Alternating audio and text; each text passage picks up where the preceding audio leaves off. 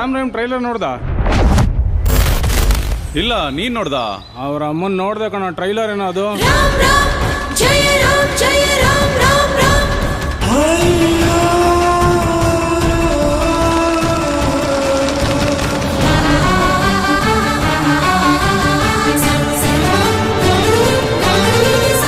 ನಮಸ್ಕಾರ. ವಾರ್ತೆಗಳು ಓದುತ್ತಿರುವವರು ಎಂ ರಂಗರಾವ್. ಇಂದು ಮುಂಜಾನೆ ಪ್ರಧಾನಮಂತ್ರಿ ಶ್ರೀಮತಿ ಇಂದಿರಾ ಗಾಂಧಿಯವರನ್ನು ಅವರ ಅಂಗರಕ್ಷಕರೇ ಗುಂಡಿಕ್ಕಿ ಕೊಂದಿದ್ದಾರೆ. ದೇಶಾದ್ಯಂತ ಪ್ರಕ್ಷುಬ್ಧ ವಾತಾವರಣವಿದ್ದು ಎಲ್ಲ ಕಡೆ ಪೊಲೀಸರು ಕಟ್ಟೆಚ್ಚರ ವಹಿಸಿದ್ದಾರೆ.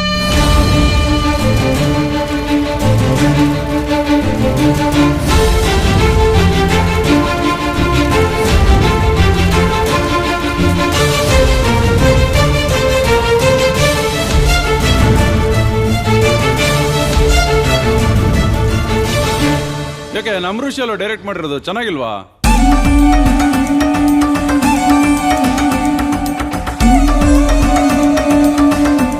ಅವನ ಅಮ್ಮನ್ ಈ ತರ ಒಂದು ಟ್ರೈಲರ್ ವರ್ಲ್ಡ್ ಅಲ್ಲಿ ಯಾವ ಡೈರೆಕ್ಟರ್ ಮಾಡಿಲ್ಲ ಮಗ. ಹೌದಾ? ಲಿಂಕ್ ಇದ್ರೆ ಕಳ್ಸು ನೋಡೋಣ. ಅಲ್ಲೇ ನಮ್ಮ ಋಷಿ ಆಡಿಯೋದಲ್ಲಿ ಐತ್ ನೋಡಪ್ಪ. ಹರ ಹರ ಹರ ಹರ ಹರ ಹರ ಹರ ಹರ ಮಹಾದೇವ್ ಮಹಾದೇವ್. ಹರ ಹರ ಹರ ಹರ ಹರ ಹರ ಹರ ಹರ ಮಹಾದೇವ್ ಮಹಾದೇವ್. ಯೋಗಂ ಜ್ಞಾನಂ ಸರ್ವತ್ರ ಸಾಧನಂ.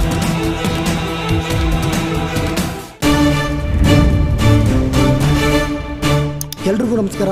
ನಾನು ಕಿರಣ್. ನಾನು ನಿಮ್ಮ ಪ್ರೀತಿಯ ಕ್ಯಾದಗೇರ್ ಅರುಣ್ ಅಂಗಡಿ. ಎಲ್ರಿಗೂ ನಮಸ್ಕಾರ. ನನ್ನ ಹೆಸರು ರಾಜೇಶ್ವರಿ. ರಾಮ್ ರೈಮ್ ಚಿತ್ರದ ರಾಮನ ಪಾತ್ರಧಾರಿ. ನಾನು ರೈಮ್ ಪಾತ್ರ ಮಾಡ್ತಾ ಇರೋದು. ನಾನು ರಾಮ್ ರೈಮ್ ಚಿತ್ರದ ನಾಯಕಿ ನಟಿ.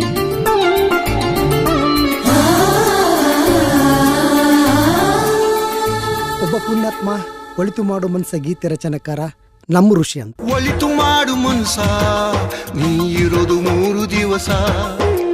ಒಳಿತು ಮಾಡು ಮನ್ಸ ನೀ ಇರೋದು 3 ದಿವಸ. ಋಷಿಯವರು ನನ್ನ ತಂದೆ ಆತ್ಮೀಯ ಗೆಳೆಯ.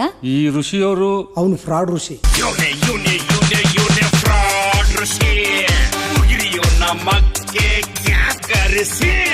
ರೈಮ್ ಪಾತ್ರ ತುಂಬಾ ಸ್ಟ್ರಾಂಗ್ ಆಗಿದೆ.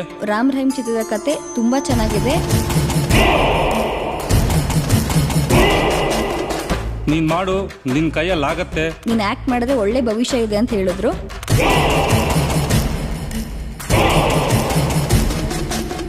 ಇದು ಮಾಡಾದ್ಮೇಲೆ ನೀನ್ ಯಾವ್ದೋ ಲೆವೆಲ್ ಹೋಗ್ತೀಯಾ, ಹಂಗೆ ಹಿಂಗೆ ಅಂತೆಲ್ಲ ಹೇಳ್ಬಿಟ್ಟು. ರಿಷಿ ಅವರು ತುಂಬಾ ಒಳ್ಳೆ ಡೈರೆಕ್ಟ್ರು, ಒಳ್ಳೆ ಟ್ಯಾಲೆಂಟ್ ಇದೆ ಅಂತೆಲ್ಲ ಹೇಳಿದ್ರು ನನ್ನ ತಂದೆ. ಮನೇಲಿ ನಮ್ಮ ಮಾವಂದ್ರು, ನಮ್ಮ ಚಿಕ್ಕಮ್ಮಂದ್ರು ಎಲ್ಲಾರ ಮಾತು ಎದುರಾಕೊಂಡು ನಾನು ಇವನ್ ಮಾತು ಕೇಳ್ಕೊಂಡು ಆ ಸಿನಿಮಾಕ್ಕೆ ಕಾಲಿಟ್ಟೆ. ನಾನು ನಮ್ಮ ತಂದೆ ಮಾತನ್ನ ನಂಬ್ದೆ. ಪಾಪ ಅವ್ರಿಗೂ ಗೊತ್ತಿರಲಿಲ್ಲ ಇವ್ರೆಂತ ಫ್ರಾಡು ಅಂತ.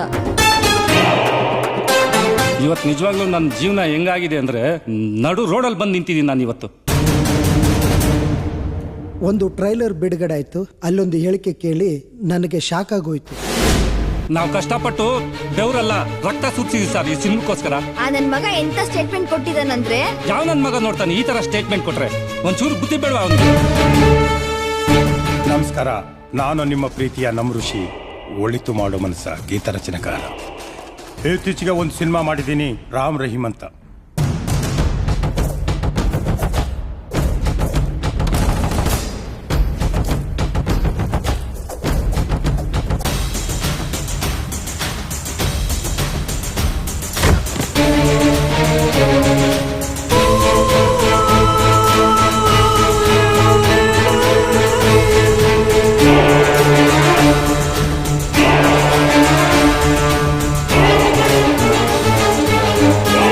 ಕತೆ, ಚಿತ್ರಕಥೆ, ಸಾಹಿತ್ಯ, ಸಂಭಾಷಣೆ ಬರೆದು ನಿರ್ದೇಶನದೊಂದಿಗೆ ನಿರ್ಮಾಣ ಕೂಡ ಮಾಡಿದ್ದೀನಿ.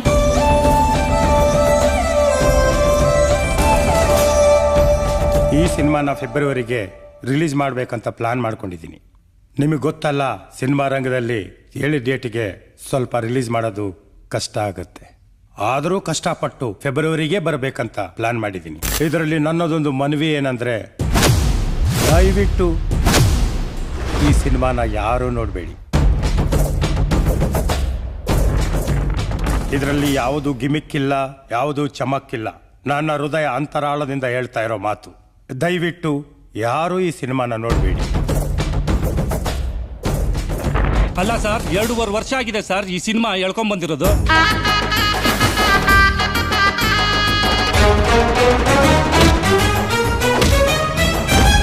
ಈ ಲಫಂಗ ನನ್ನ ಮಗ 8 ಗಂಟೆಗೆ ಬರಕ್ಕೆ ಹೇಳಿದ್ರು, 10 ಗಂಟೆ ಆದ್ರೂ ಶೂಟಿಂಗ್ ಶುರುನೇ ಆಗಿರ್ಲಿಲ್ಲ.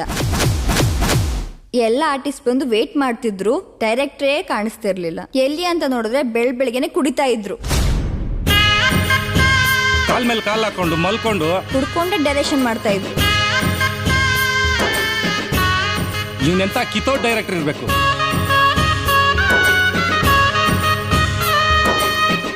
ಈ ನನ್ನ ಮಗ ಎಷ್ಟು ಟ್ಯಾಲೆಂಟ್ ಇದಾನಂತಂದ್ರೆ, ಒಂದು ಅಸಿಸ್ಟೆಂಟ್ ಡೈರೆಕ್ಟರ್ ಇಲ್ಲ, ಒಂದು ಸ್ಕ್ರಿಪ್ಟ್ ಇಲ್ಲ, ಒಬ್ಬ ಡ್ಯಾನ್ಸ್ ಮಾಸ್ಟರ್ ಇಲ್ಲ. ಇವನ್ ಹಾಕಿದ ಸ್ಟೆಪ್ಪೇ ಡಾನ್ಸ್.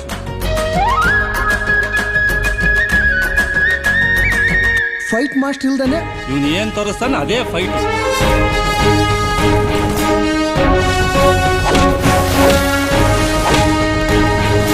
ಎಲ್ಲ ಇವನೇ ಕೆಲಸ ಮಾಡಿಬಿಡ್ತಾನೆ.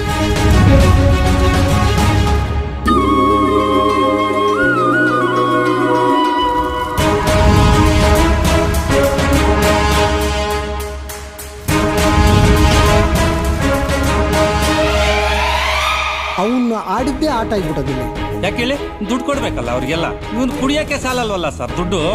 ಇನ್ನು ಅವ್ರಿಗೆಲ್ಲ ಎಲ್ಲಿ ಕೊಡ್ತಾನೆ? ಸಿಗರೇಟ್ ನ ಊಟ ಮಾಡ್ತಾರೆ, ಎಣ್ಣೆಲೆ ಸ್ನಾನ ಮಾಡ್ತಾರೆ, ಎಣ್ಣೆಲೆ ತೇಲಾಡ್ತಾರ ಅವರು.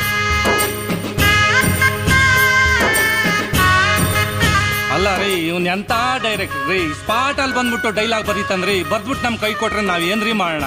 ಅದಲ್ಲ ಸರ್, ನೀವ್ ಇದನ್ನ ಹೇಳಿದ್ದು ಅಂತ ಹೇಳಿದ್ರೆ ಒಪ್ಪಲ್ಲ ಅವರು.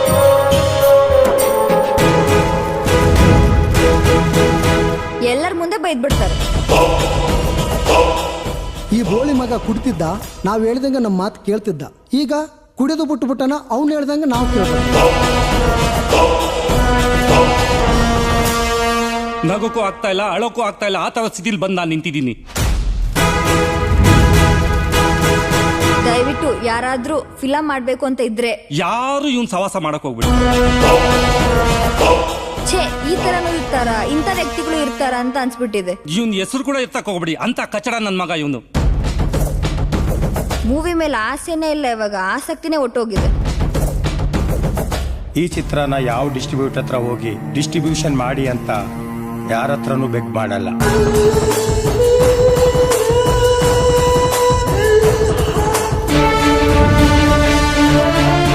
ಫಸ್ಟ್ ಆಫ್ ಆಲ್ ಹೊಸಬ್ರದು ಯಾವ ಡಿಸ್ಟ್ರಿಬ್ಯೂಟರು ಡಿಸ್ಟ್ರಿಬ್ಯೂಷನ್ ಮಾಡಲ್ಲ ಅಂತ ಗೊತ್ತು ನನಗೆ.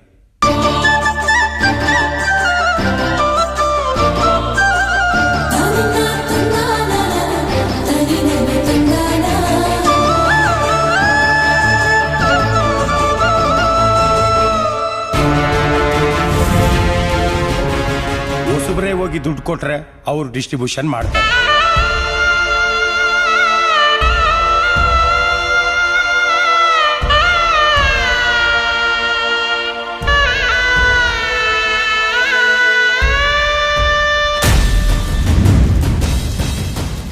ಎಲ್ಲ ಸತ್ಯ ಗೊತ್ತಿದ್ದು ಈ ಚಿತ್ರನ ನಾನೇ 60 ಲಕ್ಷ ಖರ್ಚು ಮಾಡಿ ಡಿಸ್ಟ್ರಿಬ್ಯೂಷನ್ ಮಾಡ್ತಾ ಇದ್ದೀನಿ.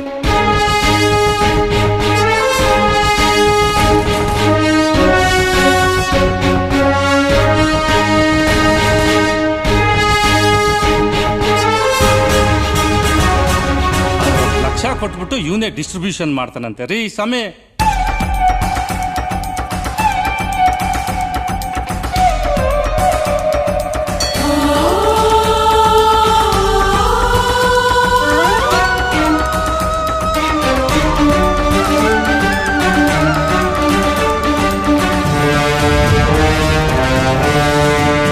ದೊಡ್ಡ ಕೋಟ್ಯಾಧೀಶ್ವರ ಅಲ್ಲ, ಸಿಗರೇಟ್ಗೂ ಕಾಸಿರಲ್ಲ ಒಂದೊಂದ್ಸಲ.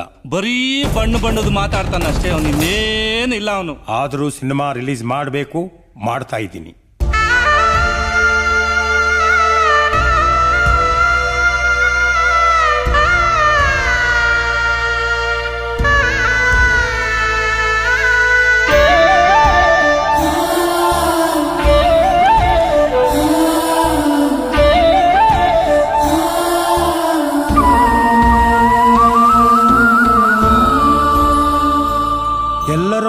ಮನವಿ ಏನಂದ್ರೆ ದಯವಿಟ್ಟು ಮತ್ತೊಮ್ಮೆ ನಿಮ್ಮನ್ನು ಕೇಳ್ಕೊಳ್ತಾ ಇದ್ದೀನಿ, ಈ ಸಿನಿಮಾನ ನೋಡಬೇಡಿ.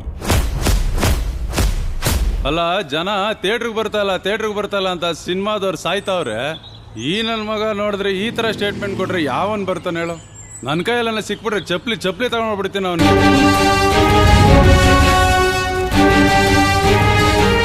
ರಾಮಣ್ಣ ಹುಟ್ಟಿದಾಗ ಜನಿವಾರ ಇತ್ತ,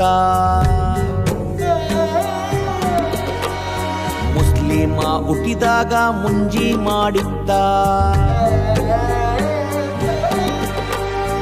ಎಲ್ಲ ಮಾಡಿದ್ದು ಈ ಮನುಜ ಕಣೋ, ಎಲ್ಲ ಮಾಡಿದ್ದು ಈ ಮನುಜ ಕಣೋ. ರಾಮ ರಹಿಮನ ಮ್ಯಾಲೆ ತಪ್ಪುರಿಸ್ಯಾನೋ, ರಾಮ ರಹಿಮನ ಮ್ಯಾಲೆ ತಪ್ಪುರಿಸ್ಯಾನೋ.